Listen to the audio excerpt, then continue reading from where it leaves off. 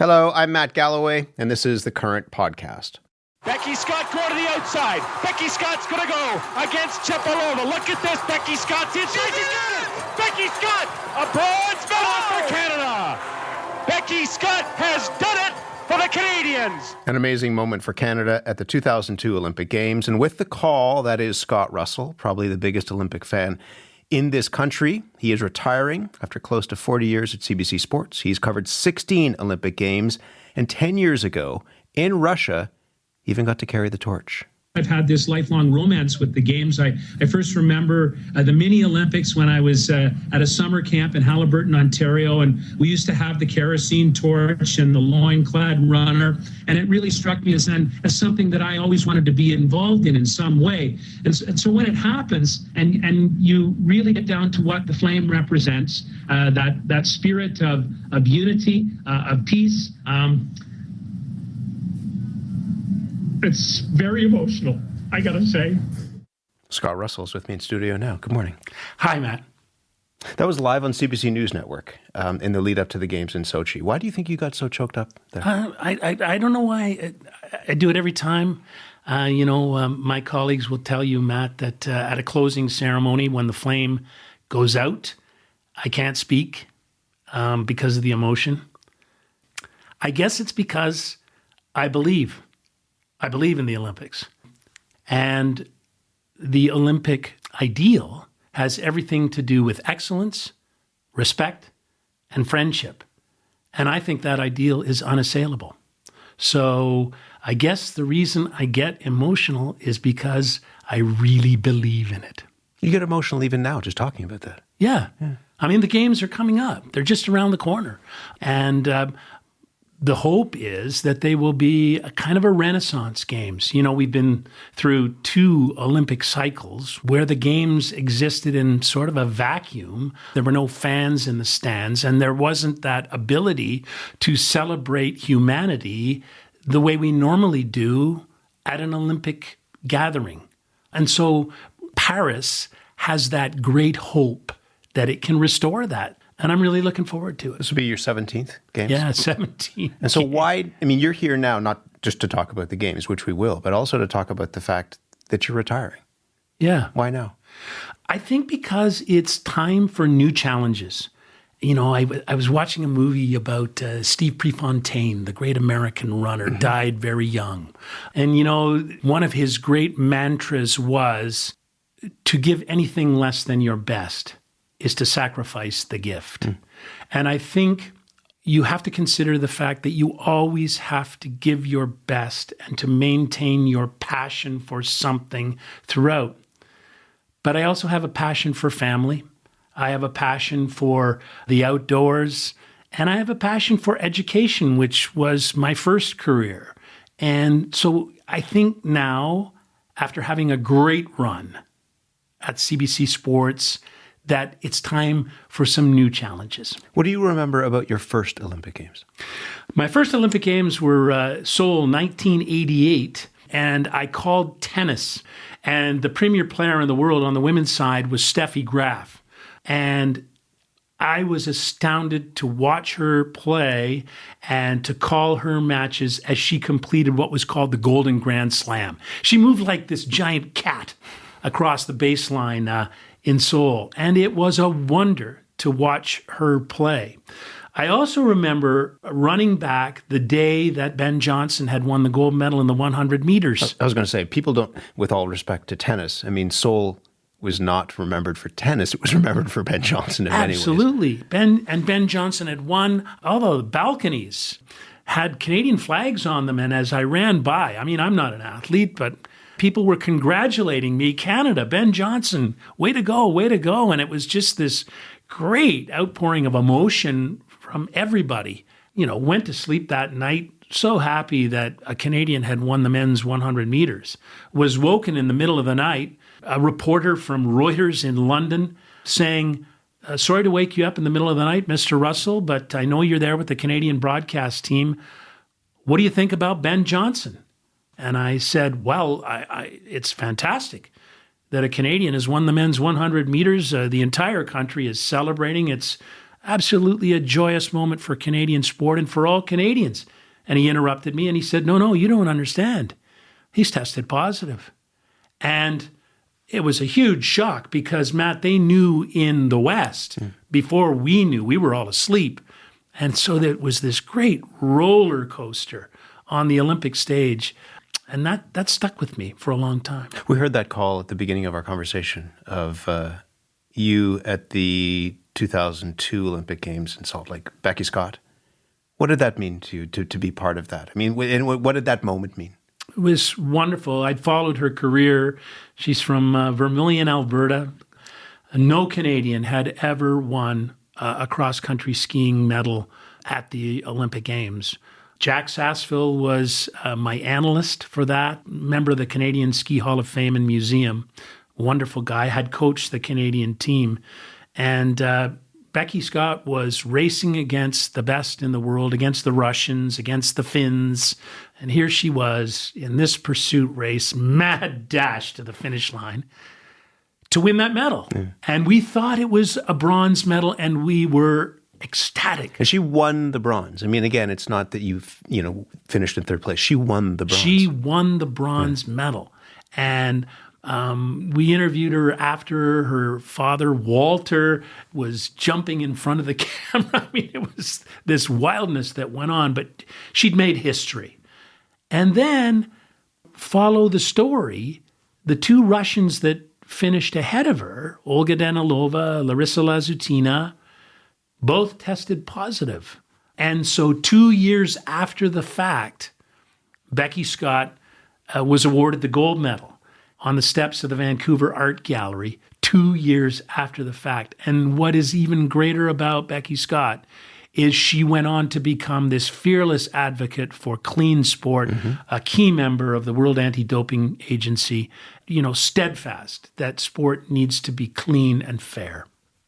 So we thought we would call her and ask her for her thoughts on you and your retirement. Have a listen.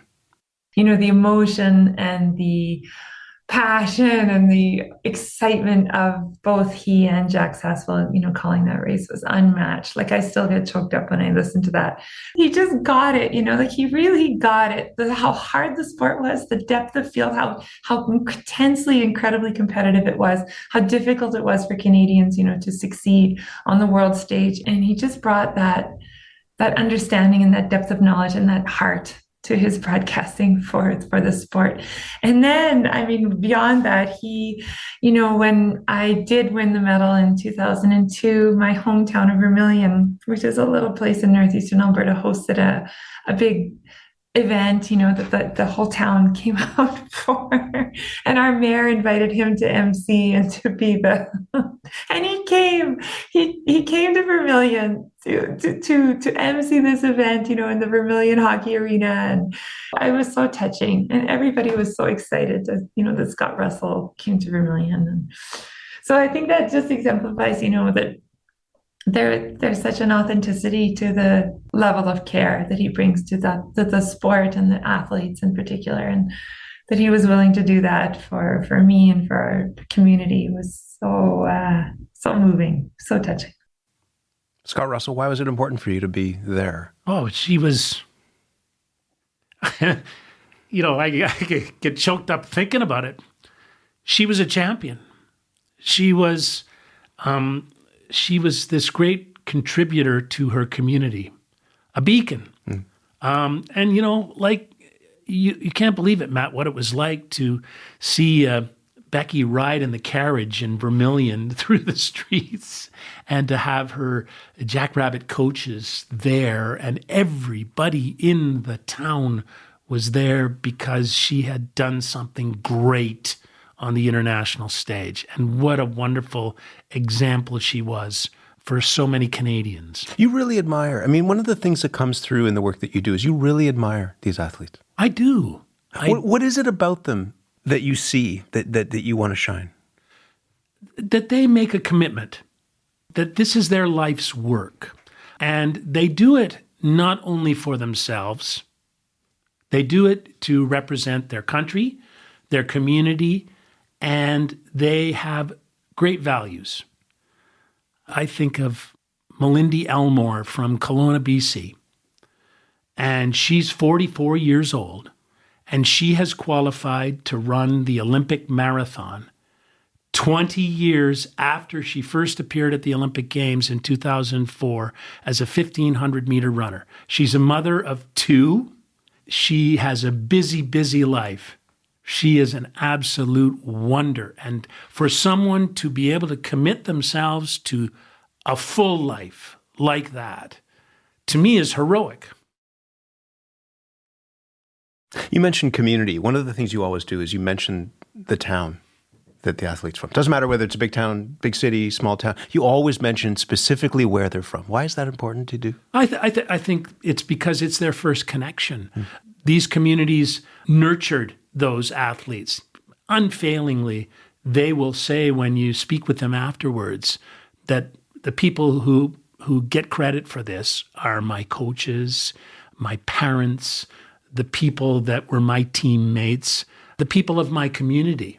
The community is the great hothouse for these Olympic marvels. You know, I've always said that, I think it was Joan McCusker who played on Sandra Schmirler's curling team that won the Olympic gold medal in 1998. Joan McCusker said to me, you know, Scott, Olympians are ordinary people who are capable of extraordinary things. And I've always believed that. They live amongst us. They live next door. But they are capable of such wonderful things. And I love Olympians. They're very rare, Matt, very rare.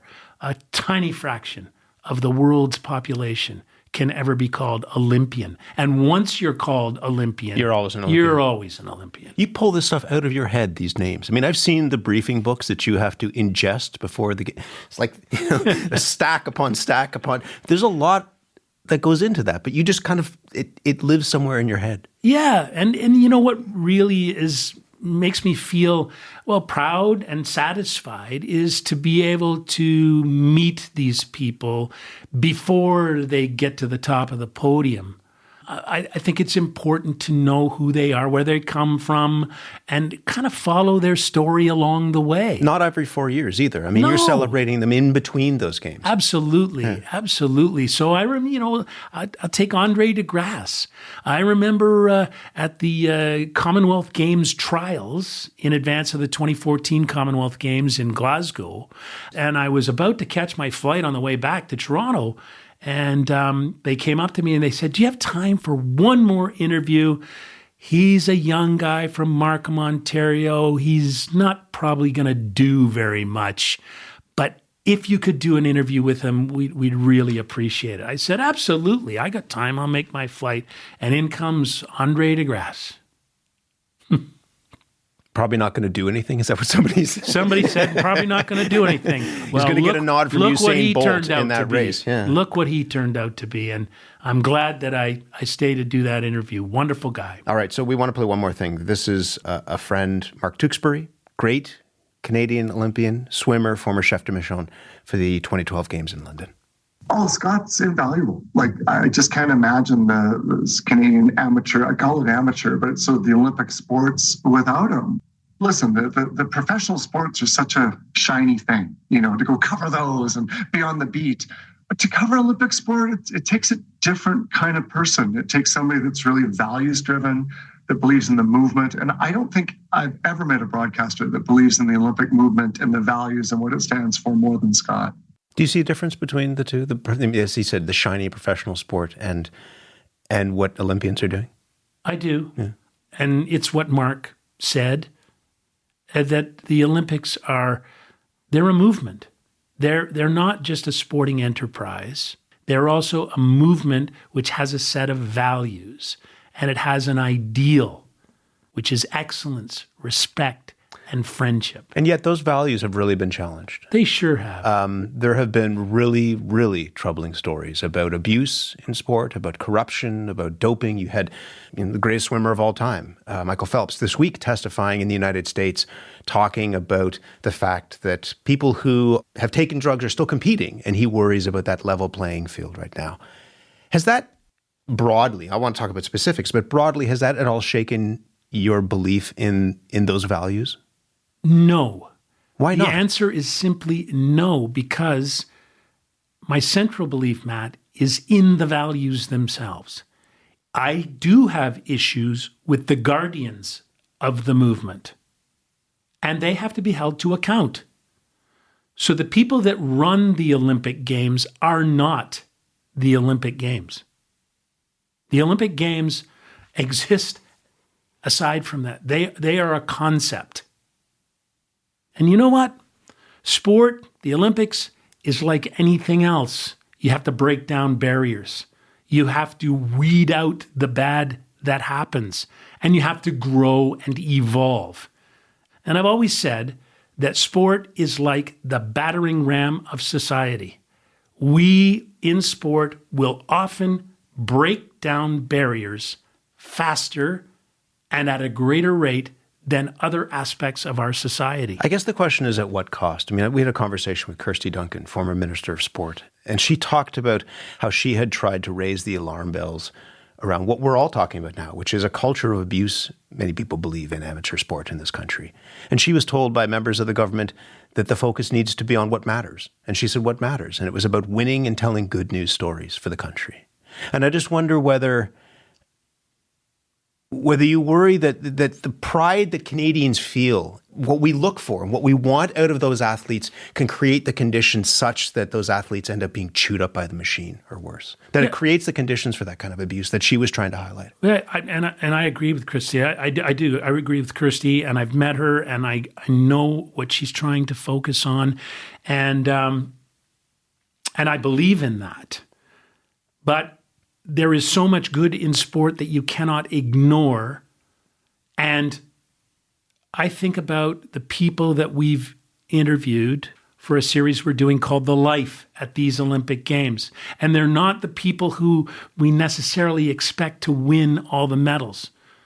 But they're about people like Evan Dunphy, who you talked to on this program, who is a great community champion. It's about Ellie Black from Halifax, who is at 28 going to her 4th Olympic Games and hopes to leave a legacy for young women in this country. And I think that, yes, sport has problems. Yes, winning comes at a cost. But there is a lot that is good about sport and about winning and about being champions. What has to change in the culture so that we create the conditions such that they are safe, that they aren't expendable to get to that shiny moment that we're all looking for? I think it's pretty simple. The athletes have to be at the center, and they have to be the ones leading the culture. And Olympics are big money too. I mean, billions of dollars sloshed around in an environment where money is often the thing that dictates things. Can they be at the center? Yeah, I think they can be at the center. And we're seeing athletes in this country who are making an impact. I'm talking about Adam Van Couverden. I'm talking about Chantal Petitclerc, who sits in the Canadian Senate and is a force for the rights of disabled Canadians. So yes, the athletes have to become the leaders. And if they start to be in charge and take over control of the ship, our sports system will be so much better. What are you looking forward to most in Paris? I am looking forward to the fact that these are the first gender-equal games in Olympic history. You know, the last time Paris hosted the games in 1924, there were a total of 3,035 athletes. 135 were women. The quota for Paris and the Olympic Games will be maximum 10,500 athletes. 5,250 will be men. 5,250 will be women. We are at gender equality at the Games. I believe that's the story of Paris. When this is done, you're retiring, but you're not retiring. I mean, it's not like you're going to be in a lazy boy with your feet up or anything like that. You have other work to come, including, in some ways, full circle, right? Going back to education. Yeah. And, I'm really, really happy about that and charged up about it. I'm going to be the chancellor at Nipissing University in North Bay, Ontario. It's an undergraduate university, Matt, and it has 5,000 students. More than 400 of those full-time students are Indigenous. It does great research work in the environment and water quality in the Canadian North. It has a school of nursing, which is very vibrant, a school of education, which I'm really happy about. And the president of Nipissing University is Dr. Kevin Walmsley, the former head of the International Center for Olympic Studies at Western University. I'm really excited to see how this university generates the future leaders of our communities. And it's very important to the region. And you know what, Matt? I'm not done with CBC Sports. I will be around. I will always have my connection to what the department believes in, which is high-performance sport and its value to the country. What have you learned about this country through the work that you've done? It's big. It's a big country. It's a diverse country, but it values quality people. And many of those quality people are its athletes.